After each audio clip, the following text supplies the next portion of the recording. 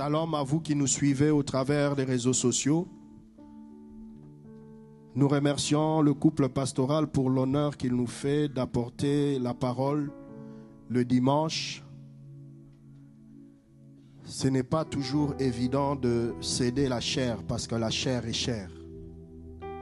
Mais c'est aussi une lourde responsabilité que nous portons, bien-aimés. Que le Seigneur nous fasse grâce. Amen. Alors, je vais te demander là où tu y es. Je sais qu'on l'avait fait au début, mais pour la seconde fois, lève-toi, salue 2-3 personnes au nom de Jésus. Dis, Jésus est content de ta présence ce matin. Amen. Oui, c'est pour nous aider à nous décontracter par rapport à la parole qui sera annoncée. Alléluia. J'ai dit 2 ou 3 personnes. Ne te limite pas seulement à ton cercle. 2 ou 3 personnes. Alléluia. Peut-être tu n'auras pas l'occasion à la fin du culte, la personne va s'éclipser. Mais tu le dis déjà, bonjour. Amen. Alors nous sommes toujours dans notre grand thème. Prenons possession de notre héritage. Alléluia. Et ce matin, c'est un sous-thème que le Seigneur a déposé dans mon cœur depuis quelques semaines. C'est quelle est ta motivation pour prendre possession de ton héritage? Quelle est ta motivation? Nous allons parler de la motivation.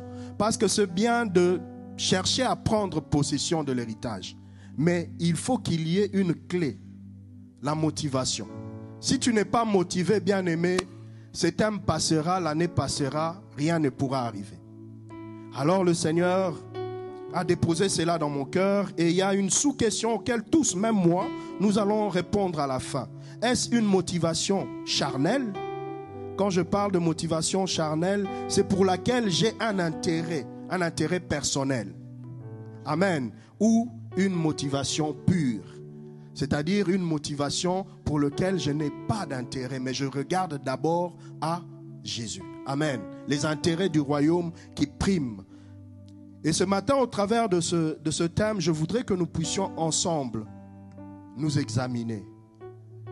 Nous examiner afin de bien mener notre combat. Parce que pour prendre possession de l'héritage, nous l'avons vu durant tout le début, le pasteur l'a très bien démontré, que c'est un combat.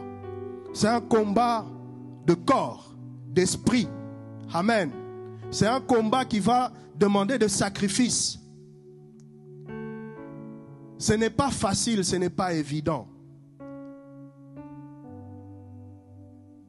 Mais avec l'aide du Seigneur, nous y arriverons. Amen. Et pour cela, nous allons, au travers de quelques passages bibliques que je vais ici exposer, je vais parler de quelques cas. Le cas de David, le cas de Moïse et le cas de Daniel, mais et surtout le cas de Jésus. Amen. Parce que ce sont des exemples, des choses qui nous enseignent pour que nous aussi, à notre tour, que nous ne tombions pas dans les mêmes erreurs. Les mêmes erreurs qui ont été commises. C'est facile de critiquer, bien-aimés. Aujourd'hui, quand nous voyons des pasteurs se tenir du haut de la chair, nous portons facilement la critique. Mais le jour où on te donnera cette responsabilité, tu verras que ce n'était pas évident. La grâce de Dieu devait être là. Ce n'est pas qu'il a voulu ou il le veut, mais c'est des choses qui sont quand même arrivées. Alors c'est à nous de prendre conscience, de demander au Seigneur Jésus-Christ de nous aider dans cette marche. Nous allons rapidement ouvrir nos Bibles dans le livre de 1 Samuel 17. 1 Samuel 17, au verset 1er.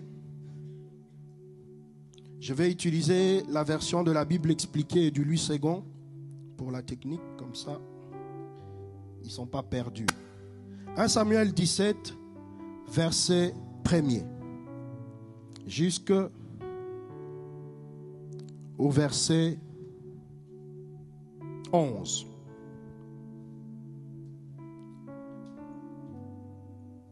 Dans ce récit, on nous présente David. On dit les Philistins réunirent leur armée pour une expédition. Ils se rassemblèrent à Soko en Judée. Ils établirent leur camp à Éphès-Damin, entre Soko et Azéka. De leur côté, Saül et l'armée d'Israël se rassemblèrent et campèrent dans la vallée du Térébinthe. Puis, ils se rangèrent en ordre de bataille face aux Philistins. Ainsi, les Philistins et les Israélites se trouvaient sur des hauteurs de part et d'autre de la vallée. Un soldat philistin s'avança hors des rangs pour lancer un défi aux Israélites. Il était de la ville de Gad et s'appelait Goliath. Il mesurait près de 3 mètres. Il avait mis un casque et des jambières de bronze, ainsi qu'une cuirasse à écueil pesant 60 kilos. Il portait en bandoulière un sabre de bronze. Il avait aussi une lance dont les bois étaient gros comme le cylindre d'un métier à tisser et dont la pointe de fer pesait plus de 7 kilos. Devant lui marchait son porteur de bouclier. Amen. Je m'arrête d'abord là et je vais aller, on présente plutôt Goliath et je vais présenter maintenant David. Dans le verset 13, on nous parle maintenant de David. On dit les 3 fils aînés d'Isaïe avaient suivi Saül à la guerre. Le premier-né de ces 3 fils qui étaient partis pour la guerre s'appelait Eliab, le second Abinadab et le troisième Shama. On parle maintenant de David. On dit David était le plus jeune. On nous présente Goliath, tout ce qu'il avait, tout ce qu'il était. Et on nous présente David. On dit David, il était quoi? Il était le plus jeune. Et lorsque les 3 aînés eurent suivi Saül, David s'en alla chez lui et revint à Bethléem pour faire paître les brebis de son père. David, lui, il n'était pas un homme de guerre. Amen. Il n'était pas habitué à la guerre. Mais ici, nous allons faire ressortir des choses par rapport à la motivation charnelle. C'est-à-dire, on a Goliath qui était un héros, qui était, je peux dire, le pilier sur lequel les Philistins s'appuyaient. Pour eux, sans Goliath, il y avait la défaite. Ils ne pouvaient rien. Amen. Mais de l'autre côté des Israéliens, ils n'avaient personne. Ils étaient perdus. Ils allaient en guerre. Mais sans pour autant compter sur quelqu'un. Pourquoi? Parce que la puissance en face ne permettait pas. Celui qui était en face, c'était quelqu'un d'aguerri. Et quand on continue maintenant en lisant la lecture au verset 16, on nous dit les Philistins s'avançaient matin et soir et il se présenta pendant 40 jours. pas une seule jour, mais 40 jours, où il venait pour se moquer, si je puis dire, d'Israël. Et au verset 17, Isaïe dit à David, son fils, prends tous tes frères, prends pour tes frères 7 épha de grains rôtis et ces 10 pains et cours au camp vers tes frères. Le papa de David est venu demander un service à David, d'apporter à manger pour ce frère. Et c'est là que part tout. Parce que David aurait refusé, il ne serait pas devenu ce qu'il était. Bien-aimé, dans la vie, apprenons à être soumis, à accepter. Lorsqu'on te demande de faire quelque chose, tu ne sais pas ce qui peut se cacher derrière. Et c'est ça la motivation. Parce que David est parti comme pour déposer juste à manger et rentrer. Dans sa tête, il ne savait pas les conséquences ou ce qui allait en découler. Amen. Et quand nous lisons au tout début, nous voyons que les 3 frères de David n'étaient pas animés de la même pensée que David. Pour eux, ils ne faisaient que suivre Saül. C'était des guerriers. Et s'arrêter là. Et il dit, on va combattre, on va aller combattre. Saül va dire, allez à gauche, ils vont aller à gauche. Mais ils n'avaient pas une motivation. Et même David, lorsqu'il va arriver, lorsque David va arriver, il va trouver ses frères, il va laisser ce qu'il était venu déposer. Il va les laisser à un endroit avec quelqu'un qui va garder ça. Et lui va aller au front. Amen. Et c'est là quand il va au front qu'il va entendre quelque chose qui va toucher son cœur. Alléluia. Il va entendre comment est-ce que Goliath était en train de se moquer d'eux. Et c'est là que va naître quelque chose en David. Mais non seulement ça. La motivation de David, ce n'est pas par rapport à ce qu'on avait dit, mais à ce que le peuple avait répété. Les peuples ont dit, si on arrive à tuer cette personne, regardez ce que le roi va donner. Ah, il y a eu la motivation qui est née. Parce que David a attendu, il a capté. Il n'est pas resté insensible. Il n'est pas passé à côté. Il a dit, ah, qu'est-ce qui se dit ici? C'est quelque chose d'intéressant qui peut être bénéfique pour moi. Parce que quand nous voyons David, ce n'était pas d'abord pour Dieu, c'était d'abord pour lui. Parce qu'il a dit, ah, ce qu'on propose là, c'est quelque chose qui peut m'aider à sortir ma famille. Parce que sa famille était une famille inconnue, une famille perdue.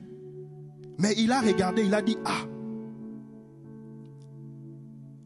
ce qu'on demande ici, nous pouvons le lire au verset 25. Donc au verset 25, on dit ceci, je lis au nom du Seigneur. Chacun disait, avez-vous vu s'avancer cet homme? C'est pour jeter à Israël un défi qu'il s'est avancé. Si quelqu'un le tue, le roi comblera de richesses. Il lui donnera sa fille et il affranchira la maison de son père en Israël. Amen. Et on dit au verset 26, David dit aux hommes qui se trouvaient près de lui, que fera-t-on? Il a entendu, mais il voulait être sûr. Alléluia. Pourquoi? Pour nourrir encore sa motivation. Que quand je vais le faire, ce n'est pas seulement pour Dieu. Bien sûr, il y a Dieu dedans. Parce qu'il était déjà loin. Il savait qu'en lui, il avait la grâce de Dieu. Amen. Il a dit, que fera-t-on à celui qui tuera ce Philistin et qui ôtera l'opprobre de dessus Israël? Et il continue en disant, qui est donc ce Philistin? C'est incirconcis pour insulter l'armée du Dieu vivant. On dit le peuple au verset 27, le peuple répétant les mêmes choses lui dit, c'est ainsi que l'on fera à celui qui le tuera. On l'a confirmé. Et là, ça nourrit sa motivation. Alléluia. Ça a encore amplifié désir de battre Goliath. Amen. Et c'est quoi la motivation? La motivation, selon le Larousse, il y a plusieurs définitions et j'ai retenu une. On nous dit que la motivation est un processus physiologique et psychologique responsable du déclenchement, de la poursuite et de la cessation d'un comportement pour poursuivre ou arrêter. Si je ne suis pas motivé, je vais arrêter. Mais si je suis motivé, je vais faire quoi? Je vais poursuivre. Et en faisant cette préparation, j'ai compris que de la motivation découle la persévérance. Parce que si je suis motivé, je vais persévérer. Je ne vais pas abandonner. Même si on me dit non, non, non, non, non. Là-bas, c'est dangereux. Mais ma motivation pour telle chose, je vais faire quoi? Je vais toujours y aller. Et je peux donner un exemple pour les personnes qui sont mariées. Lorsque nous faisons la cour, c'est la motivation, c'est que je puisse avoir cette dame avec moi, n'est-ce pas? Même quand on nous dit, même les amis viennent, ils disent, mais toi tu rêves, est-ce qu'il y a des gens qui ont épousé dans des familles où on dit que non, par rapport à ta classe sociale, tu ne peux pas y aller. Mais qu'est-ce qu'il fait? C'est la motivation. Amen. Même quand on dit non, ça ne va pas, tu rentres, tu vas pleurer sous ta couche. Mais demain, tu vas te lever, tu vas encore y aller. Amen. Bien-aimé, c'est de la même manière que nous devons avoir cette motivation pour les choses de Dieu, pour l'église du Seigneur. Amen. Et moi, j'ai fait une définition beaucoup plus simple. J'ai dit la motivation, selon moi, pour faire simple, c'est une chose qui nous pousse à faire, à agir. C'est ça la motivation. C'est une chose qui va nous pousser à faire et à agir. Quand je suis motivé, je serai poussé à faire quelque chose. Je serai poussé à agir pour telle chose. Mais quand je ne suis pas motivé, je pourrais chercher des excuses. En viendra, on me dira, oui, je dis, non, je suis fatigué, je dors. Alors que je sais que je ne suis pas fatigué, mais je n'ai plus envie. Amen. Je n'ai plus envie. Je ne veux plus faire cela. Et partant de ces définitions, nous voyons que pour prendre possession de notre héritage, nous devons avoir une motivation qui ne se base pas seulement sur notre propre désir, mais qui doit s'accorder avec la volonté de Dieu. Amen. Dieu ne nous interdit pas d'être ambitieux. Tu peux être ambitieux, mais dans ton ambition, que Dieu y soit. Parce que si Dieu n'y est pas, c'est là que ça devient une motivation charnelle. C'est pour ton propre intérêt. Et David, quand il est parti, c'était par rapport à ce qu'il avait d'abord entendu. Et quand nous lisons, nous n'avons pas le temps ici de lire la suite dans 1 Samuel, nous voyons que par rapport à cette motivation-là qu'il avait, il a même été berné. Parce que le roi Saül ne lui a pas donné sa première fille. Non, non, non. Sa première fille, il l'a offert à une autre personne. Et c'est la seconde qui était tombée amoureuse de David. Et le roi dit, je me suis sorti de cette situation. C'est bon, quand on lui a dit ça, il a dit, oui, oui. Ça m'épargne parce que celle qui devait être son épouse a été présentée à quelqu'un d'autre. Amen. Parce qu'il y avait une motivation où Dieu ne se retrouvait pas. C'était peut-être un besoin, une ambition loyale, mais Dieu n'y était pas. Dieu a utilisé David parce qu'il voulait justement faire montrer sa gloire par rapport à ce que ce Philistin-là disait. Il était allé toucher Dieu. Et Dieu a cherché qui je veux envoyer. Et David, se trouvant sur le chemin, a été pris. Amen. Parce que tous étaient peureux. Ils se disaient, non, non, non. Et quand nous lisons, nous allons voir que même dans l'échange avec Saül, Saül a tenté de le freiner. En disant, oui, quand on l'a appris, il a dit, appelez-moi ce petit-là. David qui se présente, il dit, mais toi tu viens, tu n'es même pas un guerrier, tu n'as rien. Tu veux affronter cet homme. David va insister. Il va dire non, non, non, non, non, non. Ne t'inquiète même pas pour ça. Pourquoi? Parce qu'il y avait une motivation qui était derrière. Amen. Cette motivation-là, David ne l'a pas abandonnée. David s'est accroché à cette motivation-là.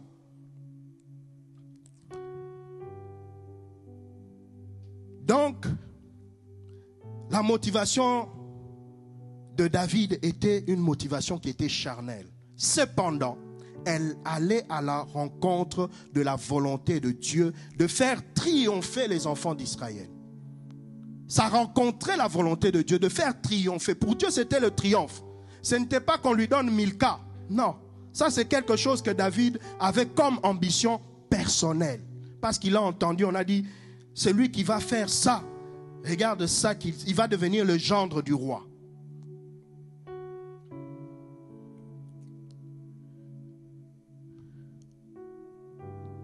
Et nous allons voir toujours David un peu plus loin dans 2 Samuel 11 où David sera encore, lui toujours, oui. David, c'est parce qu'il rentrait, il savait revenir à Dieu. Parce que si on voit la marche de David, s'il ne savait pas revenir à Dieu, Dieu allait le rejeter. Parce que c'est quelqu'un qui a commis beaucoup de défauts. Même quand on lit, on voit qu'il est allé, malgré qu'il a pris Milka, il va épouser, il aura beaucoup de concubines. Mais c'est parce qu'à chaque fois, il savait revenir auprès de Dieu, reconnaître que non, je suis qu'un humain. Pardonne-moi, pauvre pécheur. Et dans 2 Samuel, verset 11, chapitre 11 plutôt, verset 1 à 9, il se passe quelque chose avec David. Il est fatigué, il ne va plus combattre, il reste chez lui. Il passe du temps dans son palais, il se balade. Et là, il découvre une femme. David va s'intéresser à cette femme. Il va envoyer des gens. Là encore, on voit la motivation. Mais cette motivation, cette fois-ci, Dieu n'y est pas dedans.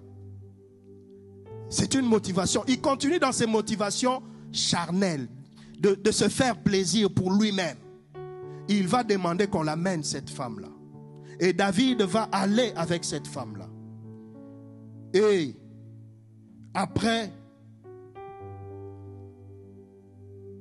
David va se rendre compte que la femme est enceinte. Il va maintenant chercher à cacher parce que cette motivation-là a produit le péché. Dieu n'y était pas dedans. Et ce qu'il va faire, il va demander maintenant au mari, en revenant, d'aller pour qu'il puisse passer nuit avec la femme pour couvrir son péché. Mais le mari ne va pas le faire. Et ça va mettre David dans une situation compliquée où il doit chercher une solution. Pourquoi? C'est produit par cette motivation de la chair, où il a laissé les désirs personnels, les ambitions personnelles de vouloir tout avoir pour lui. Et ça va amener David à faire mourir Uri. Nous le voyons au verset 16 à 17. Il va demander à Joab d'aligner Uri en première ligne pour qu'il puisse mourir. Bien-aimé, une motivation qui ne vient pas de Dieu risque de te faire dérouter de ta mission. Risque de te faire dérouter de la voie que tu dois suivre.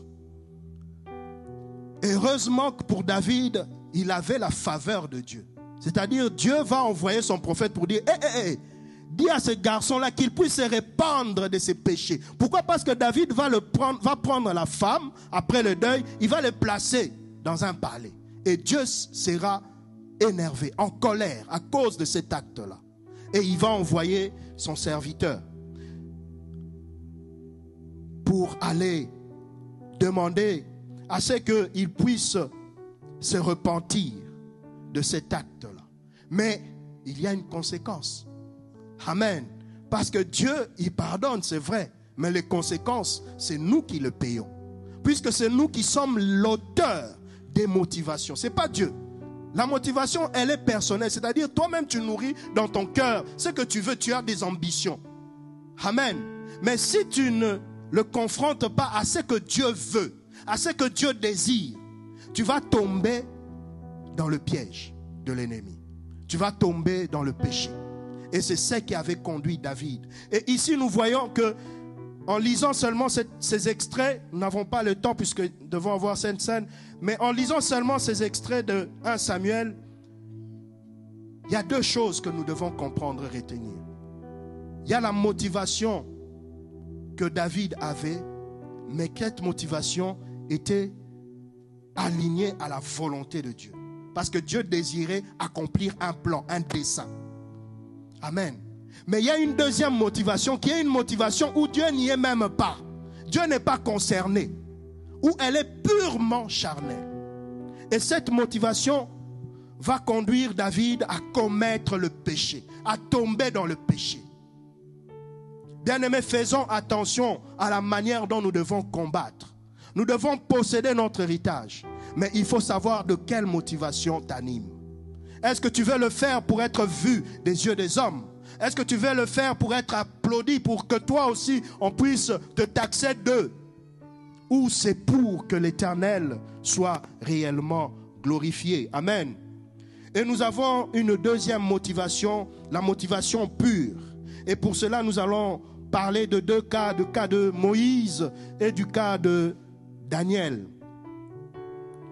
On nous dit dans Exode 2, le verset 11 à 12, « En ce temps-là, Moïse, devenu grand, se rendit vers ses frères et fut témoin de leurs pénibles travaux. Il vit un Égyptien qui frappait un Hébreu d'entre ses frères. Il regarda de côté et d'autre, et voyant qu'il n'y avait personne, il tua l'Égyptien et le cacha dans le sable. » Ici, nous voyons que Moïse va se trouver face à une situation où son peuple est dans la souffrance. Et les corvées qui étaient données à son peuple l'ont fait mal. Il a voulu aider l'un de ses frères. Il se retrouve, on est en train de le malmener, on est en train de le faire souffrir. Et il va intervenir. La motivation de Moïse, c'est une motivation pure. Il ne vient pas pour ses intérêts. Amen. Mais il vient pour l'intérêt général, pour aider son peuple. Mais il le fait mal quand même. Amen. Parce qu'il va aller jusqu'à tuer. Et ça va plus tard lui revenir parce qu'il va fuir son pays. Amen. Il va aller se cacher. Et dans Exode 2, 19 à 21, une chose aussi va se produire avec Moïse. Parce que quand il a fui dans sa marche, il est allé vers un puits où il était fatigué sûrement. Et il va rencontrer des filles qui viendront puiser. Amen. Des filles qui viendront là pour abreuver leurs troupeaux. Et Moïse va se retrouver encore dans cette même situation. Parce qu'il va protéger cette fois-ci ces filles-là. Mais il ne va pas tuer. Il va plutôt chasser les Égyptiens et permettre à ce que ces filles puisent l'eau. Amen.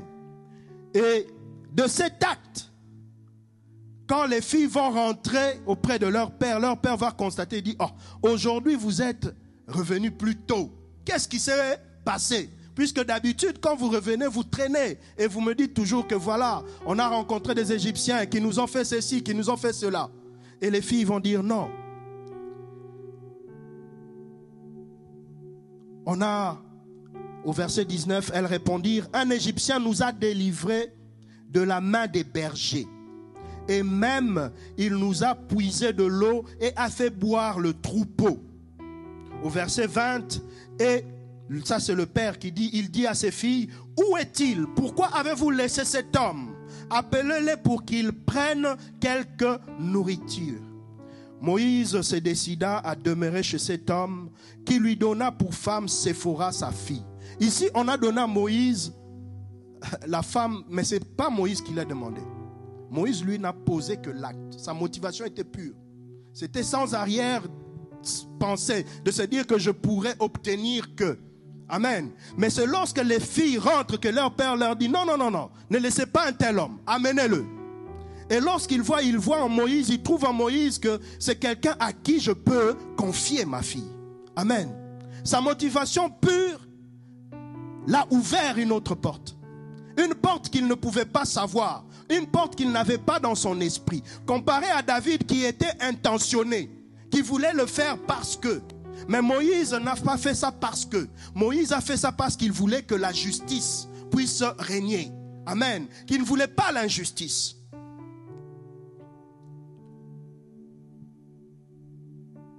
Et cela fera en sorte que Moïse, plusieurs temps passés, en étant à l'étranger, c'est maintenant Dieu qui va aller le chercher. Amen. C'est Dieu qui va l'amener. Et nous n'avons pas assez de temps. Nous allons lire dans Exode 3 au verset 10, où Dieu lui confie. Nous commençons au verset 9. Le Seigneur dit, voici les cris d'Israël sont venus jusqu'à moi. Et j'ai vu l'oppression que leur font souffrir les Égyptiens. Maintenant, va, je t'enverrai auprès de Pharaon et tu feras sortir d'Égypte mon peuple, les enfants d'Israël. Amen. La motivation pure de Moïse a conduit que Dieu lui-même, sur son trône, a vu que cette personne n'a pas d'intérêt. Il ne cherche pas son intérêt, mais il veut défendre les valeurs que moi, Dieu, aussi défend, la justice. Et ça lui a ouvert les portes jusqu'au trône de Dieu. Bien-aimé, c'est pour dire à quelqu'un que rien ne reste oublié de Dieu. Tu peux te dire, oui, je le fais, ici on ne me reconnaît pas, ici on... Mais Dieu voit. Dieu qui sonde les cœurs et les reins, il connaît. Et au moment venu, lui-même viendra te chercher. Moïse n'était pas entré en jeûne 40 jours, 40 pour chercher. Non, non, non. Il continuait sa vie. Mais c'est Dieu qui s'est approché, qui est allé vers lui, qui l'a appelé, qui a dit, maintenant je vais faire de toi un libérateur, qui va aller pour libérer mon peuple. Amen. Et Moïse, quand on lit la parole de Dieu, c'est la personne que Dieu avait fait Dieu. Il a dit, je te ferai Dieu devant Pharaon. Mais c'est parti d'une motivation pure. Il n'avait pas de pensée en disant, oui, moi ici, on ne me donne pas ceci, on ne me fait pas ceci. Non. Il recherchait que la justice de Dieu. Amen. Et nous avons le dernier cas, le cas de Daniel. Dans le cas de Daniel, nous avons Daniel 1, 8 à 15. Daniel 1, 8 à 15, nous n'aurons pas le temps de tout le lire, mais je veux juste donner quelques grandes lignes où nous voyons Daniel au verset 8.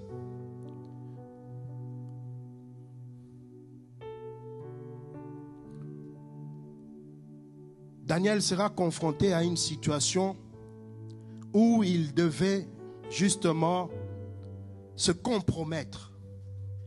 Parce que le roi avait décidé ou voulait quelque chose. Mon verset 8, on nous dit, Daniel prit la ferme résolution de ne pas se rendre impur en consommant la nourriture et le vin de la table royale. Il demanda donc au chef du personnel de ne pas l'obliger à se rendre impur par de tels aliments. Il est dans une situation où le roi a sorti un décret que tout le monde doit se conformer. Mais Daniel dit non, non, non, non, je ne peux pas m'aliéner. Je ne peux pas renoncer à ce que Dieu a dit de moi, ce que je dois être. Amen.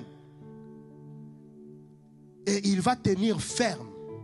Et qu'est-ce qui va se passer? Il va s'arranger avec celui qui a porté la nourriture en lui disant non, tu peux nous laisser, nous on ne va pas manger ça. Et la personne lui dit bon, tu ne sais pas, on va voir par rapport à vos figures, on va voir que vous avez maigri, que vous ne mangez pas. Il a dit non, non, non, non, je te mets au défi.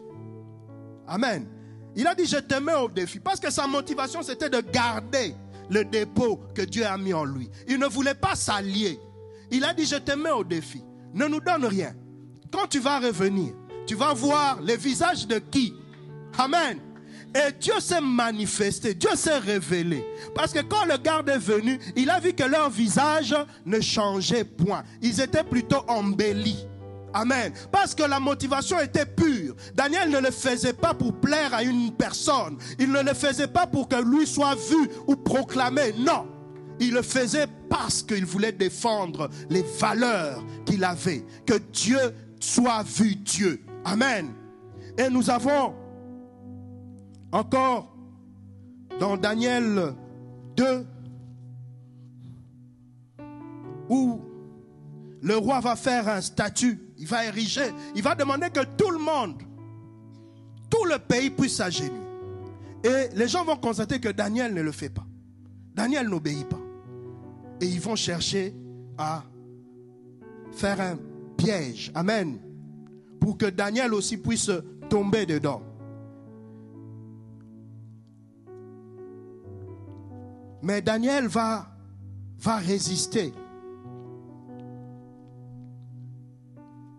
Donc, dans Daniel 3:1, le roi fit construire une statue d'or qui était de 30 mètres de haut. Et tous les gens de tout le peuple de toutes les nations, ils devaient obéir à cet ordre du roi. Il dit, dès que vous entendrez, au verset 5, dès que vous entendrez jouer de la trompette, de la flûte, de la cithare, de la sambugue, du psalterion, de la cornemuse et tous les genres d'instruments de musique, vous vous inclinerez jusqu'à terre pour adorer la statue d'or que le roi Nabuchodonosor a fait dresser. Il dit, si quelqu'un refuse de s'incliner et de l'adorer, on le jettera immédiatement dans la fournaise où brûle un feu intense. Et Daniel et ses amis n'ont pas obéi à cet ordre. Ses amis seront jetés dans cette fournaise. Et le roi va venir constater. Amen. Parce qu'ils avaient dit au roi, nous, on ne va pas s'adorer. On ne peut pas le faire parce qu'on adore seulement un seul Dieu. C'est lui-là qui est reconnu. Le roi dit, vous ne voulez pas, on va aller. Et le roi ordonnait même qu'on augmente la température. Donc pour dire que dès qu'ils vont entrer, direct, il n'y a même pas de négociation. Et ceux qui étaient même allés les déposer, ils ont brûlé à leur place. Mais l'Éternel a mis une barrière. L'Éternel a fait que eux n'étaient pas touchés. Et ce qui va se passer, c'est que le roi va demander qu'on puisse reconnaître leur Dieu. Parce que leur motivation était pure. Ils ne cherchaient pas leur propre intérêt.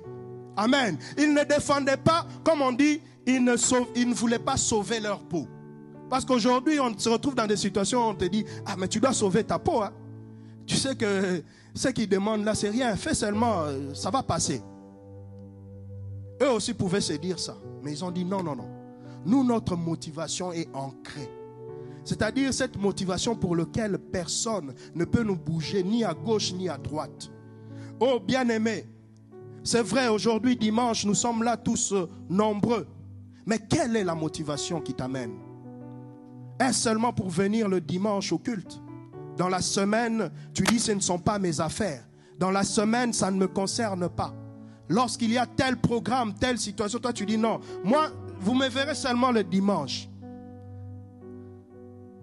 Revoyons notre motivation. Et quand nous lisons, Daniel sera confronté à une réalité où le fils du roi qui va venir, il devra faire une interprétation d'un rêve.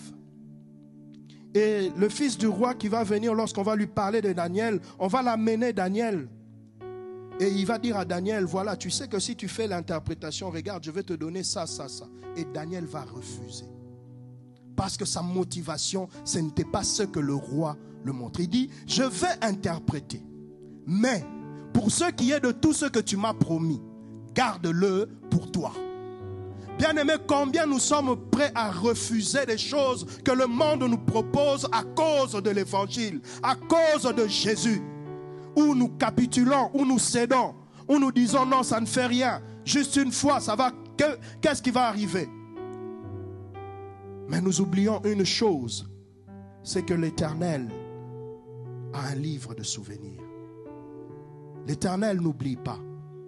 L'Éternel note nos faits et gestes. Nous ne sommes pas dignes de nous tenir devant lui. Ce n'est que grâce. La motivation que nous avons pour prendre possession de notre héritage, était-ce une motivation charnelle ou une motivation pure? Que chacun s'examine devant le trône de Dieu. Courbons nos têtes dans la prière.